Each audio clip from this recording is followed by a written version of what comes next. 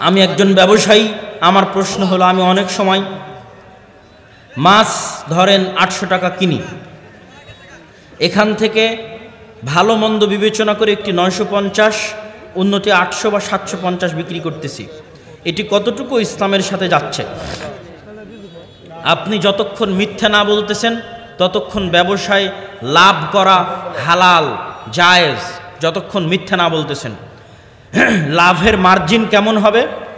লাভের মার্জিন আল্লাহর নবীর আদেশ অনুযায়ী, সাহাবীদের বৈশিষ্ট্য অনুযায়ী কম লাভ বেশি বিক্রি, দ্রুত এবং দীর্ঘমেয়াদে ধনী হওয়ার উপায়। কম লাভ বেশি বিক্রি।